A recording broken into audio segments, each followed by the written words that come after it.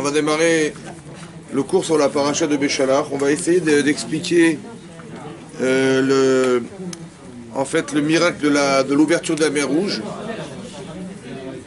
Et on va essayer d'expliquer en quoi ça a un rapport avec nous et avec la Emunat Hashem. Alors ici, c'est marqué clairement dans la paracha que lorsque Paro il a finalement décidé de pourchasser les Bnei Israël jusqu'à arriver devant Baal Tsephon, qui était le Sphinx, qui était au bord de la mer. Ouais. Là-bas, les Bnei Israël ont vu ces Égyptiens arriver, ils ont eu très peur. C'est marqué dans le texte clairement, c'est marqué Vaïsou Enehem.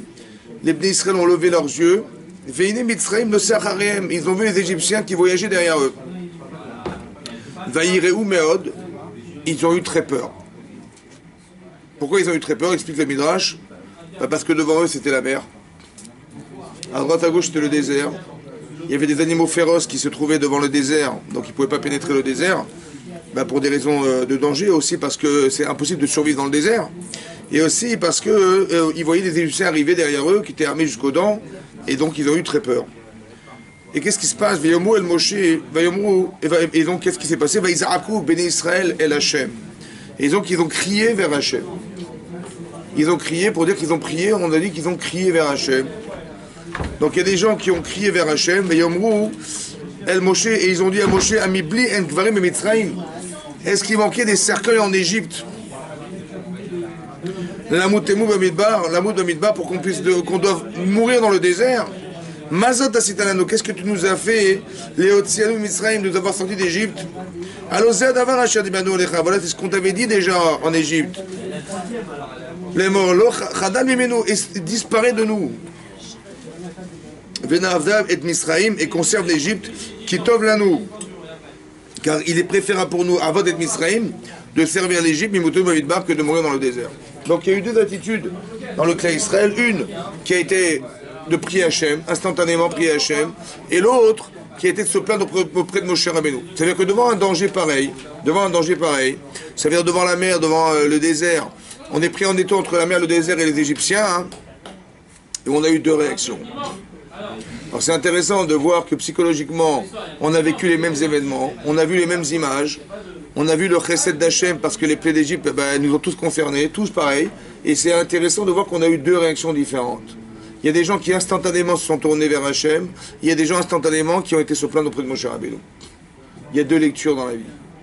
Comment ça s'explique? Alors on va expliquer comme ça. En résumé, c'est comme ça. Il y a deux façons de cultiver son existence. Soit de dire, tu as vu ce qu'il m'a fait Hachem? Grâce à Dieu, qu'il a fait pour moi Hachem. Une fois, deux fois, trois fois, 10 fois, 30 fois. Et il y a des gens qui vont dire, tu vois ce qu'il a fait Hachem? Tu as vu ce qu'il a fait Hachem? Il a fait la justice.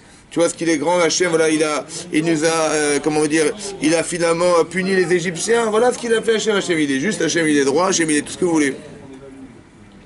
Le problème, c'est que quand on arrive à la croisée des chemins, et que dans l'instantané, on n'a pas le temps de réfléchir, et il faut répondre à une situation de vie, alors c'est là qu'on voit que c'est la conscience de l'homme qui répond, et pas la connaissance de l'homme qui répond.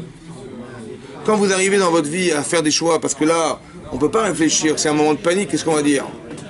Et bien c'est lorsqu'on panique qu'on voit la vraie nature des personnes. Lorsqu'on a le temps de réfléchir, on a le temps de dire des choses qui ne nous concernent pas, parce qu'on est dans la théorie. Si je vous dis, tiens, faites-moi une dissertation sur la sortie d'Égypte, vous êtes devant la mer Rouge, qu'est-ce que vous allez me dire? Vous dites, bah oui, il faut prier Hachem. Mais ce que je vais dire, c'est ce que je suis. Vous avez compris? Voilà, la différence, elle est comme ça. En fait, la différence de réaction, c'est la façon dont j'ai de cultiver mon rapport avec Hachem. Quand je dis Hachem, il m'a fait du bien, il m'a fait plaisir, il m'a sauvé la vie, etc. J'ai un rapport vertical avec Hachem qui est personnalisé. Mais lorsque je parle de façon théorique, ou à la troisième personne du singulier, en disant, il a fait ça, tout à coup, je ne suis pas concerné, donc là, je dis, tiens, là, il a fait, mais là, il n'a rien fait. Et là, je vais me rebeller contre Moshe Rabbeinu, et je vais me plaindre, et je vais...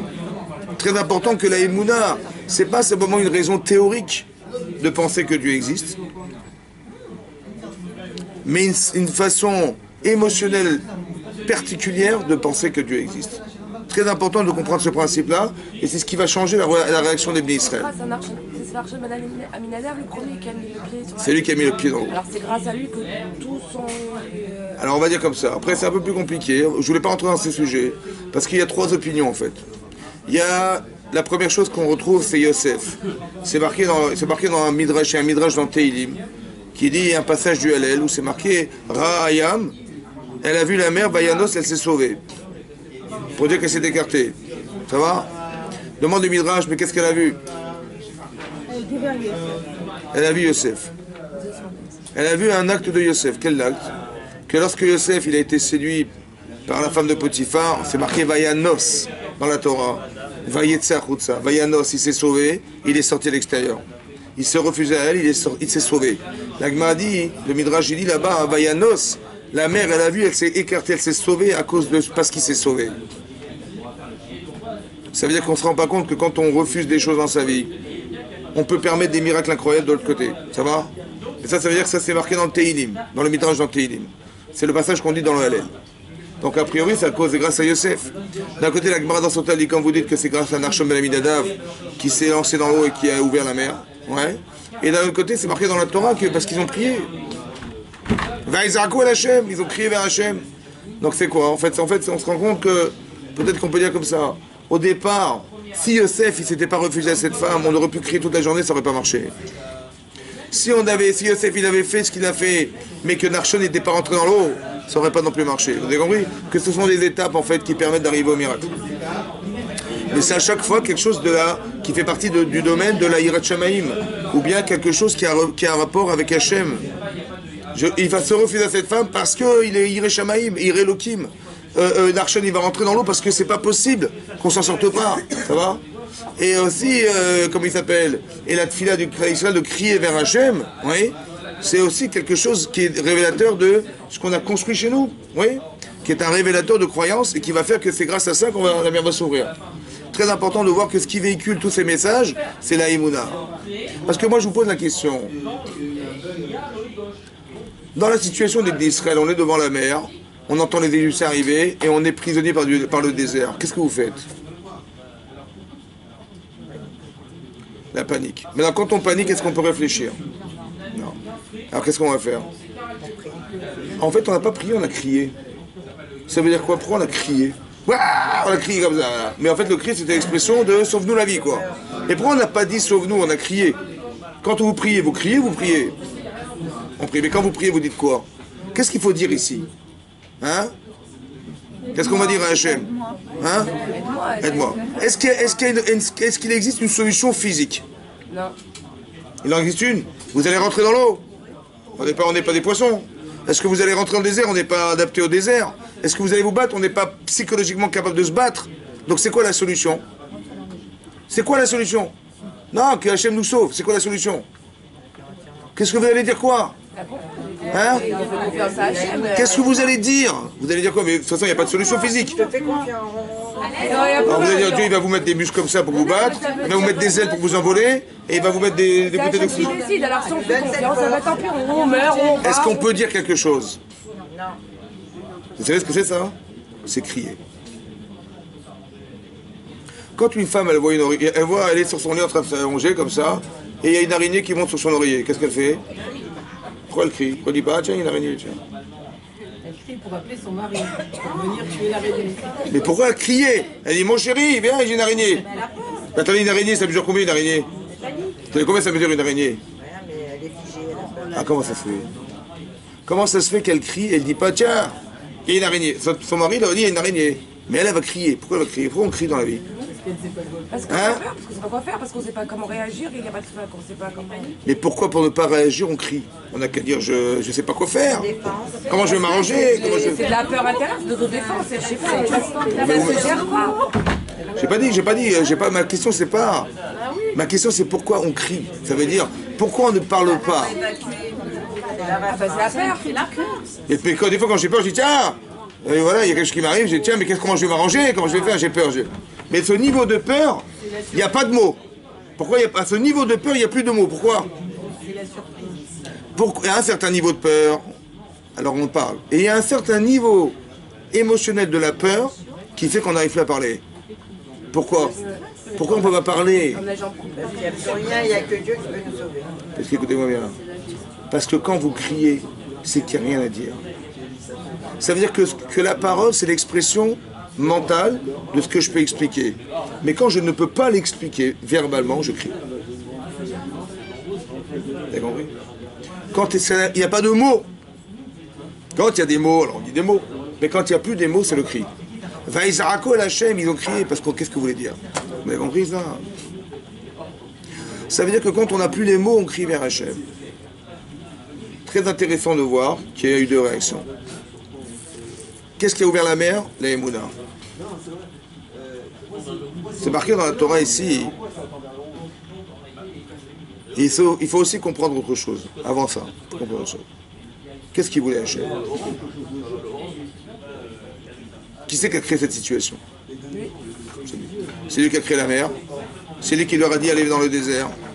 C'est lui qui leur a dit camper à cet endroit. Et c'est lui qui a provoqué Paro pour venir nous chercher. Oui ou non? Qu'est-ce qu'il veut Hachem? On poussait au maximum pour voir ce qu'on y croit ou pas. Attends, c'est une angoisse ou pas? Parce qu'on va de notre émouna. C'est une angoisse ou pas? Pourquoi il a fait ça? Pour réveiller quelque chose, pour voir qu'est-ce qui nous restait de cette sortie d'Égypte. Pourquoi faire pour? Pour réveiller tout ce qui nous restait de cette sortie d'Égypte. Parce qu'il y a un tiers qui sont restés Est-ce qu'on là-bas. croit en Dieu ou pas? Voir, justement. Attendez, on croit ou pas? Qui c'est qui va voir? Hachem. Et Hachem, il sait pas Hachem? Non, enfin, il veut tester la émouna des gens. Allez, je vais vous expliquer une chose. Quand Hachem, est-ce qu'Hachem il est tributaire du temps? Non. Donc quand il voit la création du monde, moi, je ne sais pas ce qui va se passer demain, mais lui, il va savoir ce qui va se passer à la fin des temps ou pas? Donc il sait comment je vais réagir? Il me donne le choix. Est-ce qu'il sait comment je vais réagir? Il sait, mais il donne Donc le est-ce choix. qu'il le fait pour savoir? Non. Chazak ou Baruch? Donc pourquoi il le fait? On nous pousse à nous. On nous réveille à nous. Pour nous Rappelez-vous bien de ça. Quand Hachem nous éprouve, c'est pas pour savoir. C'est pour nous faire savoir. C'est que vous sachiez. Maintenant, où j'en suis? Tu vois, théoriquement, je lui dis, mais bien sûr, je vais prier Hachem. Mais physiquement, c'est possible que je vais me plaindre auprès de Moshe Rabbeinu. Pour savoir qui on est, Hachem, il crée des situations extrêmes, des fois, pour dire, tu vois, honnêtement, c'est ça que tu es. Maintenant que je le sais, soit je vais être contente de moi, soit je vais dire, tiens, il faut que je fasse teshuva. Vous avez compris ce que vous avez dit? C'est-à-dire qu'Hachem, il crée des situations, en fait. Si j'ai à Imunat Hachem, j'ai compris que c'était Hachem qui m'a envoyé cette situation pour me faire savoir qui je suis vraiment. Vous avez compris? Il y a des gens qui ont crié vers Hachem. Hachem dit Chazak ou Baruch. Il y a des gens qui ont dit, tu vois, Chadal Mimeno, disparaît de nous. On t'avait dit de ne pas sortir d'Égypte, on va se plaindre. Pourquoi c'est comme ça? Parce qu'il y a deux façons de réagir, parce que il faut savoir qu'on est composé de deux choses. Il y a des épreuves dans la vie qui sont extrêmement dures, même si pour nous faire savoir, voilà quoi. Oui. Ouais, voilà, il y a plein de choses. Ça fait mal où? Où ça fait mal? C'est pas visé vers nous personnellement. Écoutez-moi bien, ça fait mal où? Là, ça fait mal où? Quand tu vois les Égyptiens arriver, quand je vois la mer. Notre corps, notre âme, tout. Non, votre âme, qu'est-ce qu'elle fait? Votre âme, elle a peur, hein, votre âme? Est-ce qu'elle comprend votre âme? Votre âme, elle comprend ce qui se passe ou pas? Spirituellement? C'est un Chelek Elokem Imal, on a une partie d'Hachem. On a compris ce qu'Hachem voulait ou pas? Bien sûr, mais qui c'est qui comprend pas? Mon corps. C'est qui a peur? Mon corps. Ça veut dire que la réaction de cri, c'est une réaction corporelle. C'est un message corporel. Mais ça veut dire qu'est-ce qui m'empêche de croire en Dieu? C'est mon corps. Donc je dois faire un travail. Quand je vois Hachem, il m'a fait une tova. Il m'a fait du bien. Ah, ce sentiment de bien-être, il est corporel ou intellectuel? Corporel. Vous savez ce qu'il faut faire? La avodat Hachem, c'est d'avoir du plaisir à faire une avodat qui soit cohérente. D'avoir du plaisir à voir combien Hachem il me rend service, combien Hachem il pense à moi, combien Hachem il m'aime, combien Hachem il... Même quand je vois des choses qui sont paradoxales dans l'existence, je dois savoir que c'était les Tova. Ça veut dire, on parle de souffrance. Voilà, Hachem il m'a fait peur. On dit Gamzou les Tova. Ça veut dire quoi Gamzou les Tova? Gamzou. Ça aussi c'est les Tova. Ça les Tova. Quel Tova? Quel Tova? On était comme ça, on avait peur, on était comme des malades. Les Tova, c'est pour le bien. Quel bien? Quel bien? Ben, On le verra après. écoutez-moi bien. Tout de suite, je vous dis, moi. Mais non, on peut pas avoir le bien tout de suite. Tout de suite. Tout de suite. Vous voyez après. Tout de suite. C'est d'avoir dit Gamzou les Tova déjà. Gamme sur Tova. Est-ce que ce qui fait plaisir est bien? Est-ce qui fait pas plaisir est pas bien? Est-ce que le bon c'est le bien? Est-ce que le mal, ce qui fait mal est le mal? Ou des fois ce qui fait mal est le bien? Et ce qui est bon est pas bien? Peut-être, non? C'est un cours de philo là. C'est vrai ou pas? Par exemple là ça fait du bien ou pas? J'ai eu peur. Mais on a dit que grâce à ça je sais qui je suis. C'est quoi la Tova? De découvrir le fond, l'étincelle, et ce qui reste. L'âme, enfin, on fait... C'est ça le bien. Tov. Vayar Hachem qui Tov. Hachem il a vu que c'était bien. C'était physique ou c'était spirituel? La Tova elle est spirituelle. Vous savez dorénavant qui vous êtes. C'est la Tova ça. C'est-à-dire qu'il ne faut pas regarder ce que je vis. Il faut regarder ce que je suis, ce que je deviens parce que j'ai vécu. Ça prend une seconde. Hein? C'est une réalité, c'est pas grave. Écoutez-moi bien. L'araignée, c'est une réaction émotionnelle forte. Vous savez que vous êtes émotionnel. Plus que votre mari, plus que n'importe qui. Ça peut être un bien, ça peut être un mal. C'est vous qui le gérez. Soit vous êtes victime de votre émotion, vous êtes faible. Soit vous êtes très forte parce que vous sentez des choses que personne au monde ne sent. Et oui. Mais des fois, c'est dur à gérer. Mais c'est ça le problème. Le problème, c'est la gestion de soi. Ça veut dire que je sais que je suis émotionnel. Soit je vais éviter, pourquoi je vais me sécuriser? Parce que j'ai peur. Soit, mais ma peur est référencée chez moi comme une émotion. Mais des fois, c'est bien d'avoir peur. Il y a des gens qui sont malades, ils n'ont pas peur. Vous avez compris? C'est vous qui gérez vos émotions, c'est vous qui gérez vos émotions. Donc c'est quoi la Emouna finalement? C'est quoi la Emouna Tachem? La Emouna Tachem, c'est de croire en Dieu. Mais ça veut dire quoi croire en Dieu? Est-ce que se croire, c'est savoir? Par exemple, attends, est-ce que croire c'est savoir? Pourquoi?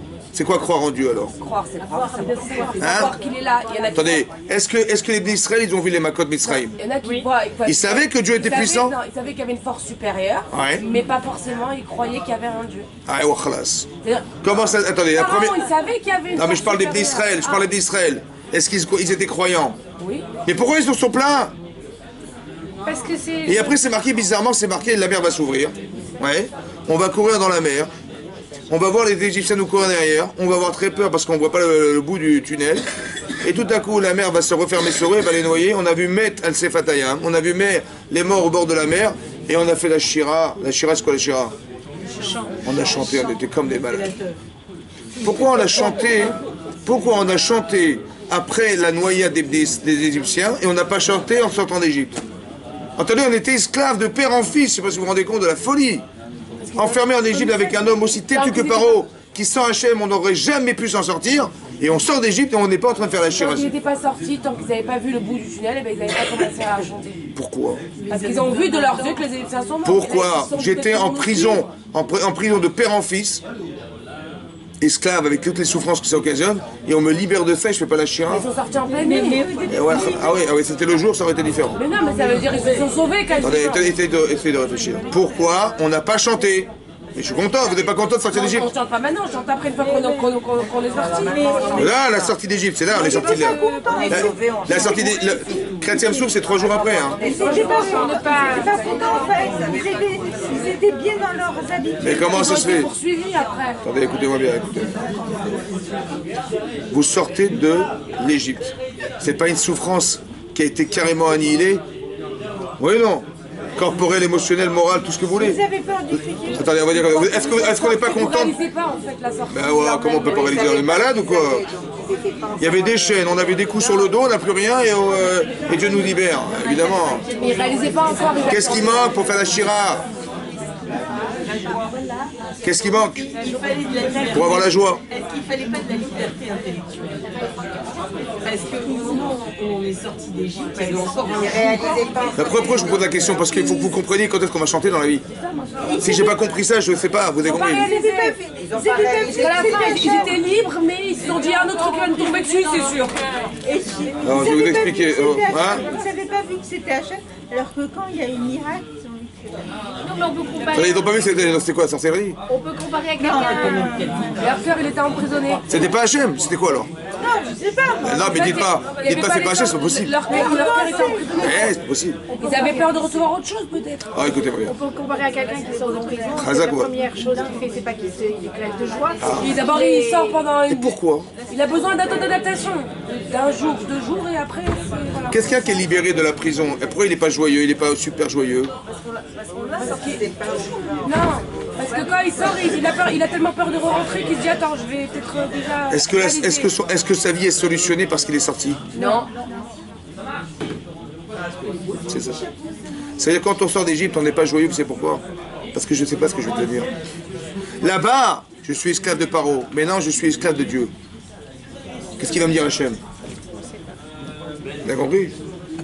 Ça veut dire qu'intellectuellement et émotionnellement, il y a encore des doutes.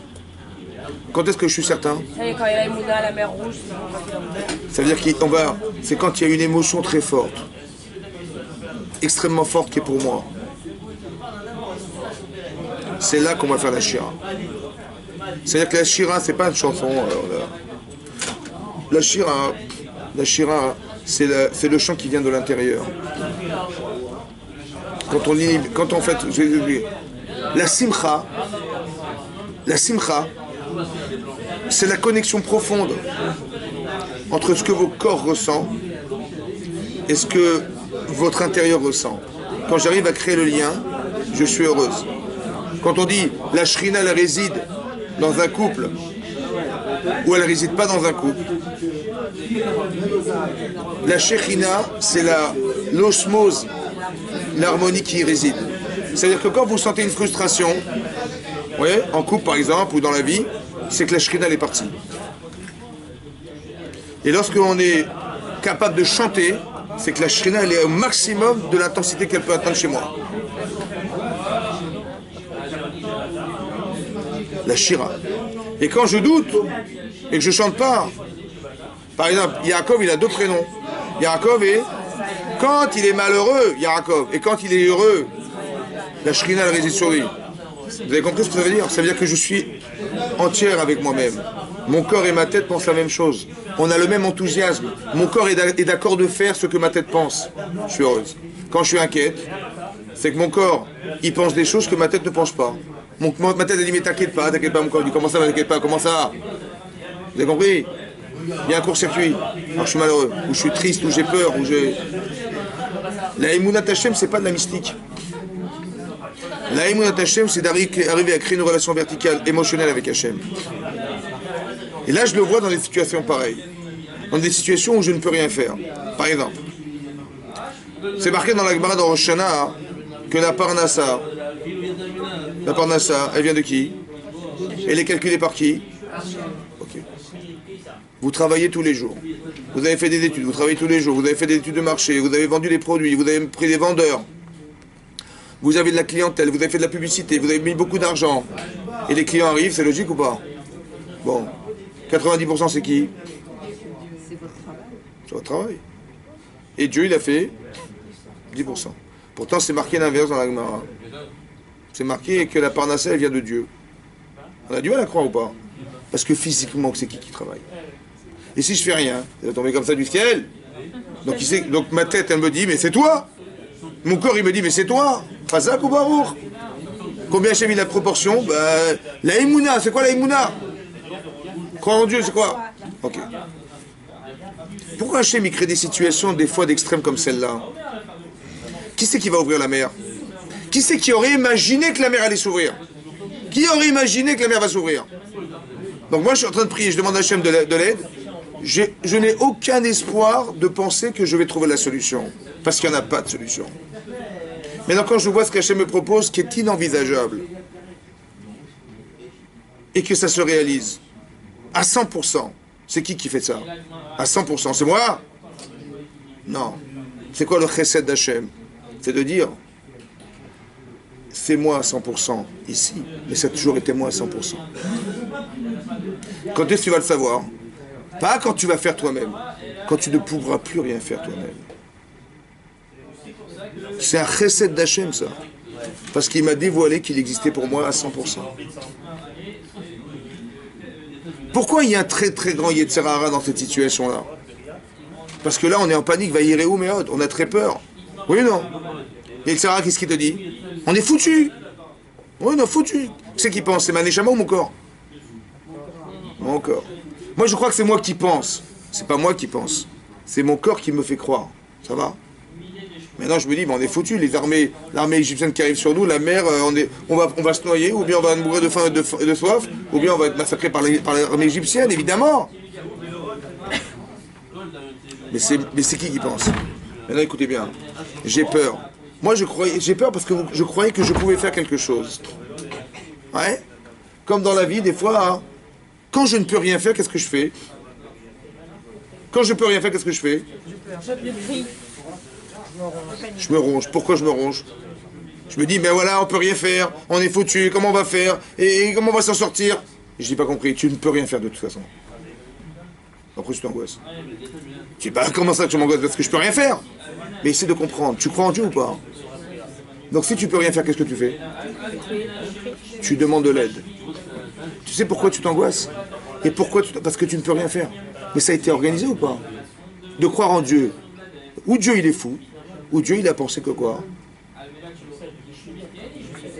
Laisse-moi faire. Tu as compris?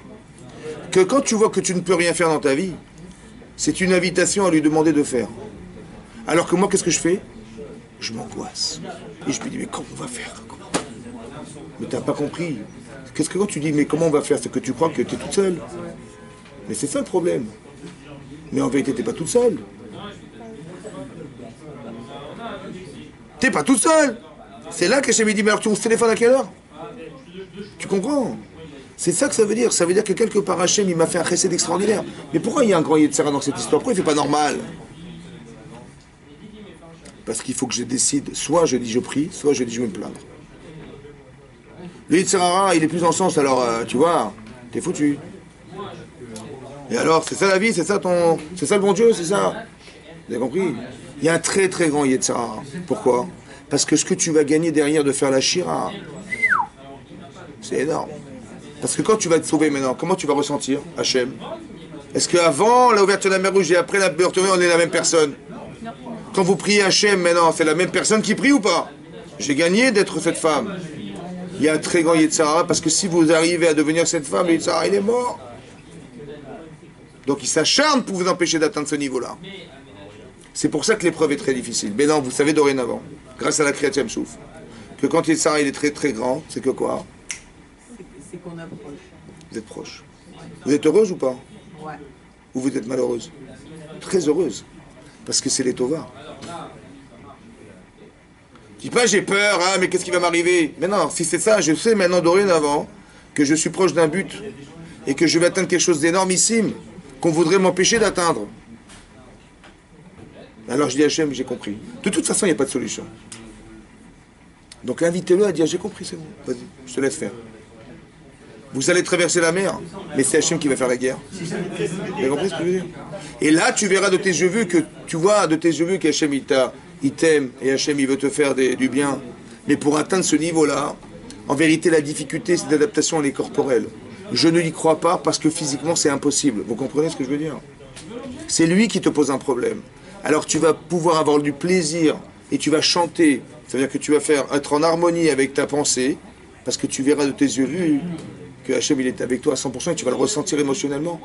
C'est ça la Emunat Hachem, d'arriver à réaliser chez soi quelque chose de fantastique, qui est de voir qu'Hachem il est présent en permanence. Ce que je ne vois pas en général. Par exemple, vous voyez des arbres qui produisent des fruits, ça vous choque ou pas? Il est où Hachem? Vous voulez la terre qui tourne, le soleil, les étoiles, les machins, les nuages. Mais vous ne vous rendez pas compte de ce que ça veut dire ou pas? Je sais pas, imaginez-vous, vous êtes né, vous avez l'âge de 25 ans, et vous arrivez, vous accouchez, vous avez 25 ans, et vous découvrez la nature. Vous voyez le soleil, une boule de feu comme ça, dire waouh, c'est énorme. C'est ça qui nous réchauffe et qui nous éclaire. Voyons, merci, tout d'abord, parce que sans ça, on est dans le noir total. Hein. Vous avez des arbres qui poussent, des animaux, mais d'où ils sortent les animaux? J'ai pas compris, d'où ils sortent les animaux? Vous avez déjà vu des animaux qui sortent de la terre, vous? Comment ils sont venus là? Est-ce que c'est intelligent un animal? Est-ce que c'est complexe la conception d'un animal? Avec des veines, avec des machins, des yeux, des trucs. On va dire qu'il a un effet d'animal. Mais c'est incroyable, mais comment c'est bien fait quand même. Est-ce qu'on est capable de reproduire un animal? Est-ce qu'on est capable de reproduire un arbre? Bizarrement, hein, les éléments existants existent. Mais d'où ils sortent, je sais pas. Bizarrement, les éléments existants, entre eux, ils ont une relation équilibrée. Parce qu'il y a l'air, l'oxygène, il y a le feu, il y a l'eau, il y a la chaleur, il y a le froid. S'il faisait trop chaud, on aurait des microbes. Il fait froid en hiver, ça tue les microbes. On a eu de la chance. Franchement, on a eu de la chance. Les choses existent. Bizarrement, on a eu de la chance. Que les éléments entre eux, ça soit l'équilibre de la nature, des lois naturelles, bizarre. Par hasard. Parce qu'un jour, on a massacré des rats. On a massacré, je sais pas moi, les vautours et les faucons et les aigles. On a été envahis par les rats. Oh mince! On s'est rendu compte que les aigles, ils mangeaient les rats mais bon, on a eu de la chance, par hasard. On a évité les microbes, par hasard. Par hasard. Et le pire des hasards, c'est que tous les éléments qui sont présents, qui sont venus par hasard et qui existent par hasard, et qui s'entraident par hasard, comme par hasard, on se nourrit avec et on se soigne avec. Alors, ça en fait des hasards quand même. Oui, non. Quand vous prenez un médicament, c'est quoi qui vous sauve? C'est la molécule. C'est quoi la molécule?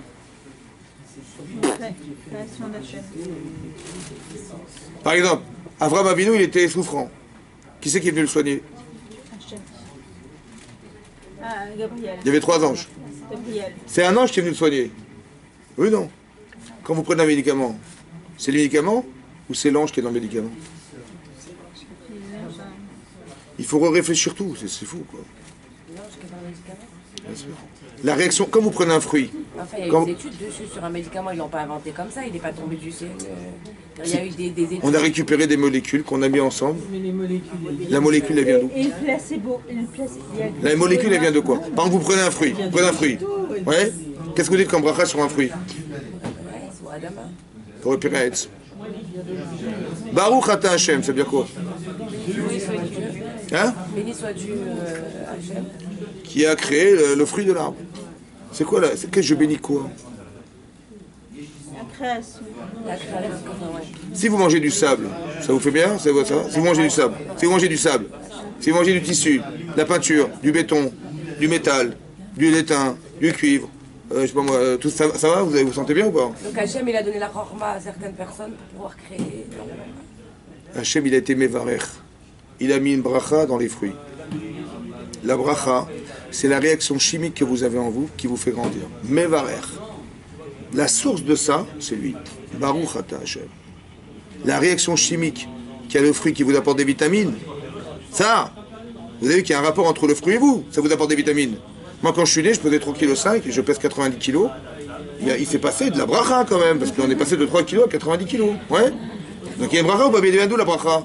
Ben, elle vient de la bracha parce que j'ai mangé. La bracha, c'est la réaction chimique entre la protéine, les molécules, etc. qu'il y a dans les fruits, dans les légumes et dans la viande qui m'a fait grandir. Parce que si je mange de la peinture, ça ne marchera pas, hein, je vous rassure. Et je mange du sable non plus. Il n'y a pas de bracha dans le sable. Il n'y a pas de bracha, c'est-à-dire qu'Hachem, il n'a pas ordonné au sable de me nourrir, mais il a ordonné aux fruits de me nourrir. C'est ça la Emunat Hashem. Baruch Ata Hashem. Qu'est-ce que je fais en disant Baruch Ata Hashem? Non. Tu te rends compte que ce que tu manges, c'est une réaction chimique avec toi qui t'a permis d'exister ou pas? Mais c'est Hashem, ça. Pas qu'est-ce qu'il est grand Hashem, il a créé des fruits, Chazak. Mais non. Qu'est-ce qu'il est grand Hashem qui m'a permis d'exister? La Emunat Hashem. Est-ce qu'on est capable de reproduire des fruits? Incapable. Est-ce qu'on est capable de reproduire des êtres humains aussi intelligents et sensibles? Incapable.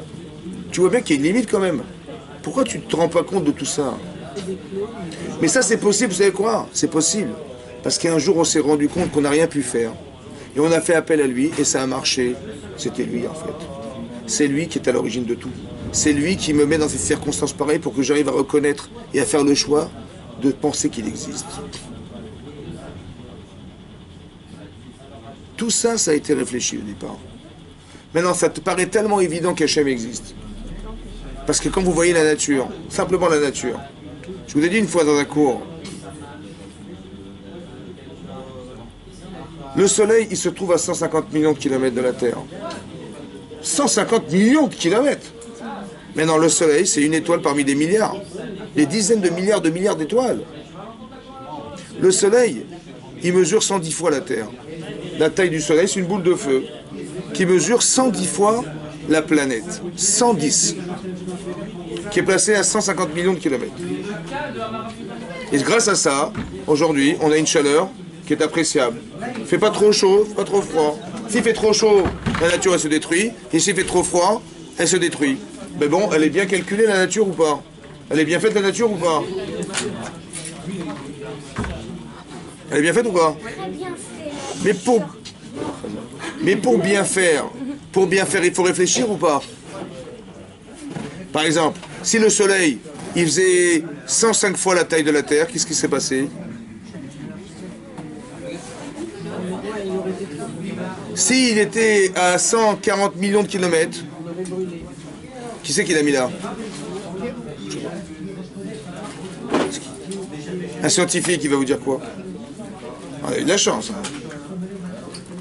Aujourd'hui, le monde, il se réchauffe ou pas? Oui. À cause de quoi? À cause de la pollution. La pollution, ça crée un effet de serre, un nuage autour de la Terre, qui va empêcher la chaleur de s'évacuer, et donc il va concentrer sur la Terre, et ça va provoquer la fonte des pôles, la fin du monde. Quoi. Ça va? À cause de qui? Combien de degrés en plus? 2 degrés de trop. À cause de qui à 2 degrés de trop? Donc si l'homme il n'avait pas investi, il n'y avait pas de pollution en Chine et aux États-Unis, on serait à la bonne température. On serait à la bonne température. Qui c'est qui a calculé la distance et la taille du Soleil pour dire qu'on est à la bonne température? Je sais pas, un scientifique. Comme ça qu'il faut réfléchir. Est-ce que c'est intelligent? Est-ce que c'est intelligent de l'avoir mis là? C'est intelligent ou pas? Mais est-ce qu'il peut y avoir de l'intelligence par hasard? Non. Si c'est intelligent, c'est que ça a été pensé? Oui. C'est qu'il y a un penseur? Si vous voyez que la vie est complexe, que la nature est complexe, c'est qu'il y a une complexité, et la complexité, ça ne se crée pas par hasard. C'est qu'il y a forcément un penseur. Obligé. Non? Je dis non, on a eu la chance. Combien de millions de paramètres il faut pour exister? Pour que la vie elle puisse avoir vie sur la Terre? Millions. On a eu la chance, hein. Voilà, millions. On fait une théorie à partir de combien d'éléments? 3 éléments. Prenez une pomme, vous la lâchez au sol 1 fois, 2 fois, 3 fois, elle peut en peur. 3 fois, c'est terminé. Mais là, c'est des millions de paramètres pour que la vie existe. Il y a des gens qui fument. Ouais. Leurs artères, elles se rétractent. Et le sang, il passe mal. Combien de millimètres? Combien de microns? Mais qui c'est qui a calculé la bonne distance des veines pour que ça passe bien? Si on mange trop de sel, on mange trop de sel. On a des problèmes. Le tension, c'est quoi la tension? Le sang va trop vite. Le sang va trop vite dans le corps. Et s'il va trop vite, qu'est-ce qui se passe? Le problème, c'est que quand vous respirez, l'oxygène est passé par le sang. Si ça va trop vite, les gens ils attrapent des vertiges. Parce que le sang n'a pas le temps d'alimenter en oxygène le cerveau. Mais c'est qui a calculé la vitesse du sang dans le corps? J'ai pas compris, moi. Quand ça va trop vite, c'est une catastrophe. Et quand ça va trop lent, c'est très... C'est qui a calculé la vitesse. Hein? Il est où le moteur? Il est où le cerveau de la nature? Il est où le cerveau de la nature?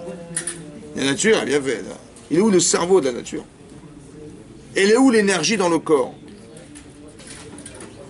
Vous avez de l'énergie dans le corps? D'où elle vient l'énergie?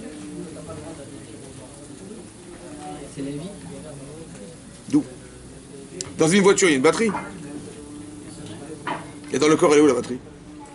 La batterie électrique. La batterie. La batterie. Le cœur, c'est quoi le cœur? C'est une pompe. Ouais, ça fait oui. Mais il y a une énergie pour faire bouger le cœur, non? C'est où elle est où l'énergie qui fait bouger le cœur? Hein? L'énergie l'énergie. C'est quelqu'un qui disparaît.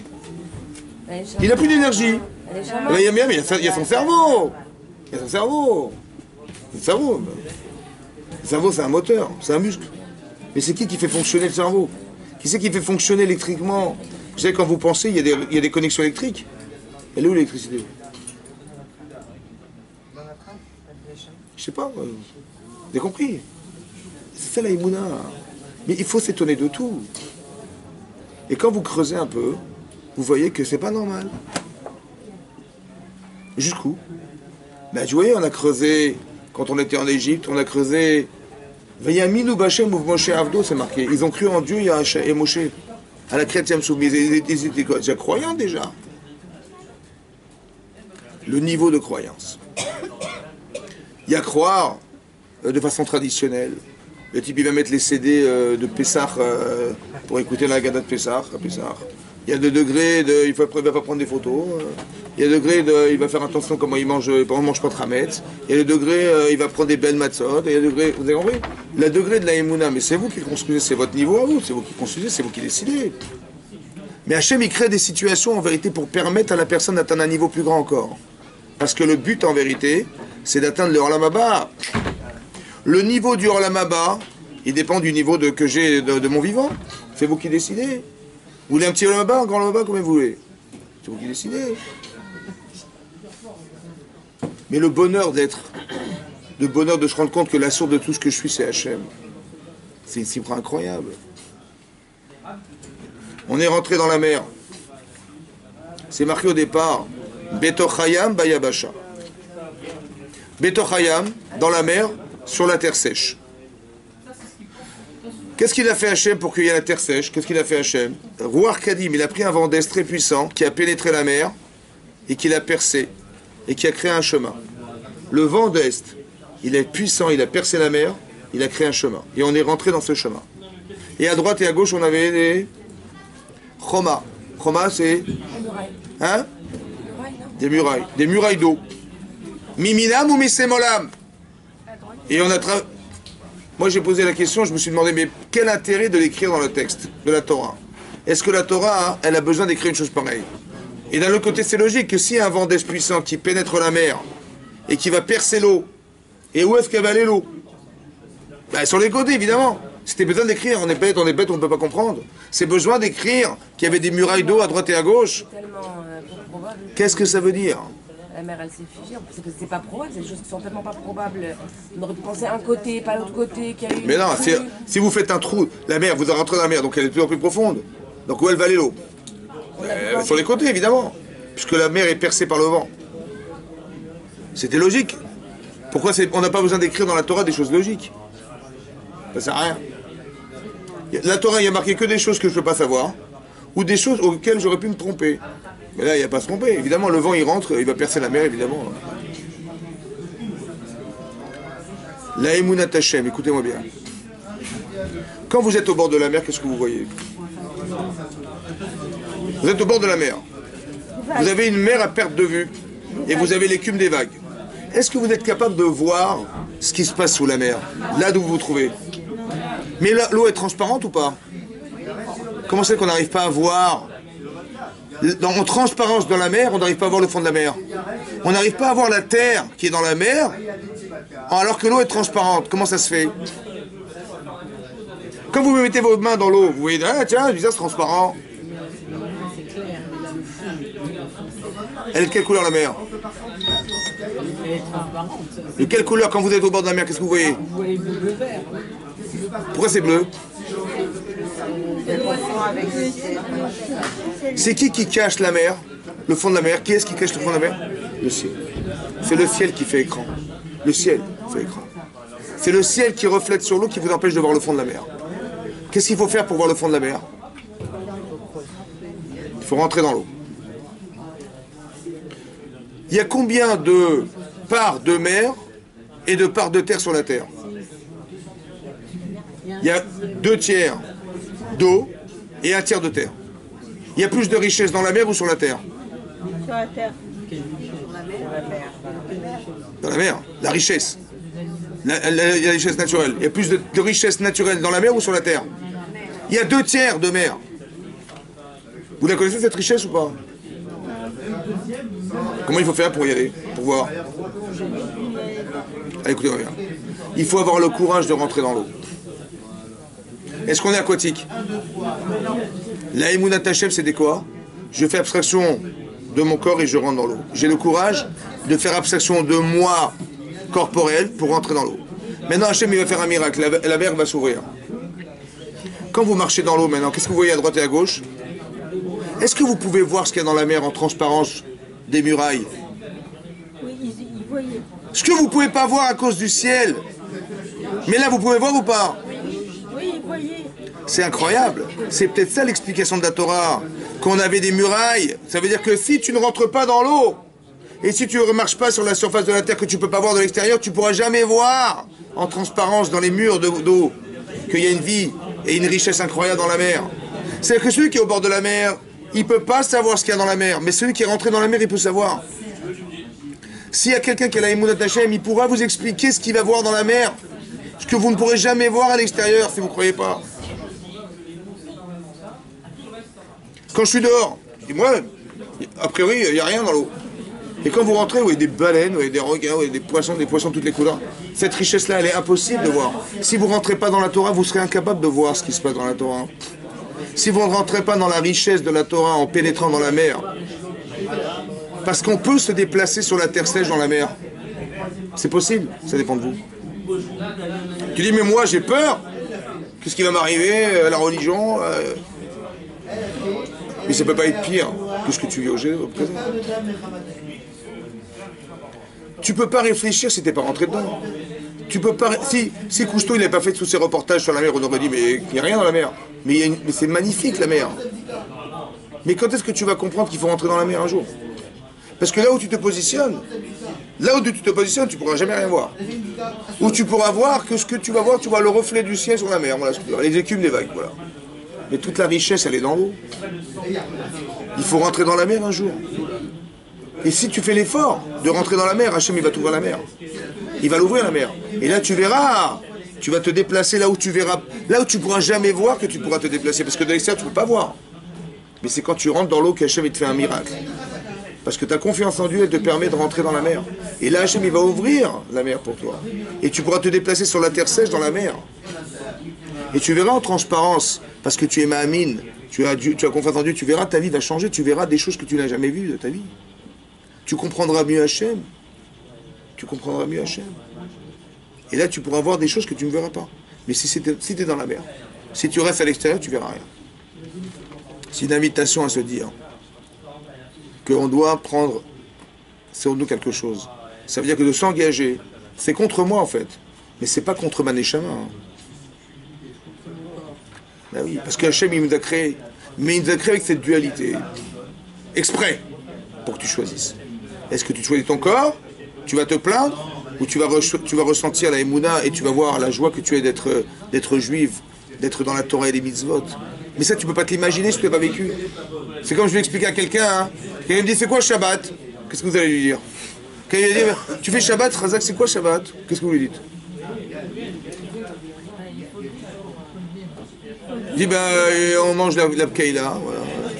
La dafina, on est en famille, voilà, et on va à la synagogue et on fait la prière. Il dit, mais tu peux prendre l'ascenseur? Non, t'as pas ta voiture? Non, tu peux pas. Tu peux rien porter, tu peux rien... Quoi ce cauchemar là? Tu peux l'expliquer ou pas? Donc, faut rentrer dans la mer. C'est comme ça. Et quand tu es rentré dans le Shabbat, tout à coup tu dis, mais pourquoi j'ai pas commencé avant? C'est incroyable, hein. Ça veut dire qu'il faut vivre les choses pour s'en rendre compte de la beauté des choses. C'est comme ça. Mais ça, c'est la Shrina d'Hachem, ça. Shabbat, c'est Hachem. Mais des fois, il faut rentrer dans l'expérience pour avoir confiance en Dieu. Tant que tu n'es pas rentré dedans, tu réfléchis sans savoir. Mais quand tu es rentré dedans, tu dis, ah, évidemment. Il faut passer des fois par l'expérience pour arriver à ressentir des choses. C'est ça qu'Hachem il aurait voulu que ce soit, vous avez compris? Ben, tu vas expérimenter ta vie parce que tous les jours tu fais des mitzvot. Mais il y a des fois dans ta vie où tu ne pourras rien faire. Mais c'est aussi une grande mitzvah. De lui dire, Hachem, vas-y, je te laisse faire. Et là, tu vas voir qu'il va se passer quelque chose. Des fois, ça passe par un cri. Des fois, ça passe par une prière profonde. T'as envie de dire à Hachem, vas-y, aide-moi. D'une manière de dire, mais de toute façon, tu sais bien qu'il n'y a pas de solution. Qu'est-ce que tu demandes à Hachem quoi? Tu demandes des miracles, tu demandes des... Non, je lui demande de manifester son chesed. Et que j'arrive à ressentir qu'il existe vraiment à 100% pour moi. Mais c'est ça qu'il a démontré Hachem, qu'il existe à 100% pour toi. Quand tu travailles, en vérité, il est à 100%, mais tu ne le vois pas. Quand tu manges, tu croyais que c'était le fruit qui t'avait nourri, que c'était la viande que tu avais achetée. Tu sais pourquoi? Parce qu'en vérité, l'homme ne vit pas simplement parce qu'il mange du pain, dit le Navi. Et là, comme au tsapi Hachem. Parce que tout ce que sort Hachem de sa bouche, en vérité, on ne vit que par la volonté de Dieu. Et en apparence, on croit qu'on vit parce qu'on mange. Mais c'est aussi un des dogmes de la vie que tu vas devoir construire ta Emunat Hachem en mangeant du pain, parce que tu vas dire Baruch Ata Hachem. Et de cette manière, tu vas comprendre que tu vas exister par lui. Et un beau jour, tu vas comprendre, comme Moshe Rabbeinu un jour, que tu peux monter dans le ciel pendant 120 jours et il ne va rien se passer.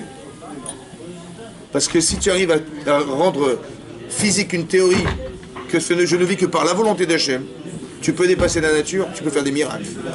Comme des grandes sadikim qui font des miracles. Comment ils font des miracles? Parce qu'ils ne sont pas freinés et arrêtés par la réalité. Comme si mon corps, il ne freinait pas ma volonté. Rabbi Hanamène de ça, il va dire à sa fille, elle va dire, mais papa, on n'a pas d'huile pour allumer les veilleuses de Shabbat. Il dit, qu'est-ce qui te reste? Il dit, il y a du vinaigre. Allez, prends le vinaigre. Misha Amar, celui qui a dit, la shemen shiadlik, que l'huile elle allume, parce que chimiquement, il n'y a que de l'huile qui peut permettre d'alimenter une flamme. Yomar, il dira que le vinaigre il allume. Ça veut dire que je ne suis pas freiné par la réalité. Tous les freins ils viennent de nous en fait. C'est nous qui freinons, c'est notre corps qui me dit mais non, c'est jamais, qu'est-ce que tu fais, batata.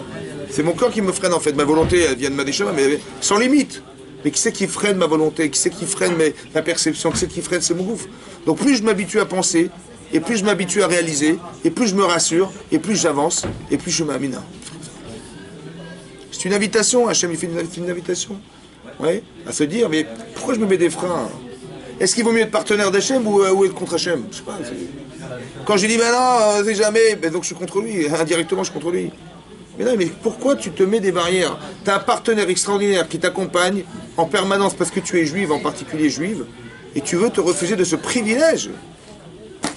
Sarah, il est fort quand même, hein? Hein? Ah, il s'acharne, hein? Mais non, tu as un privilège fantastique, tu es juive. Et que tu as... et que c'est le bon Dieu qui te gère à ta vie, et que tu as une chance de te rendre compte que tu es allé là-bas grâce à ça.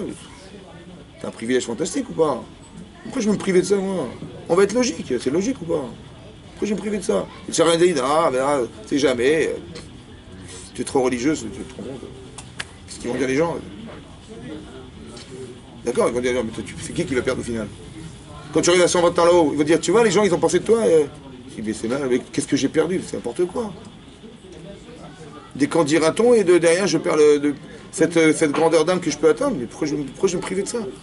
À cause des gens. Ridicule. Oui. Il faut être cohérente.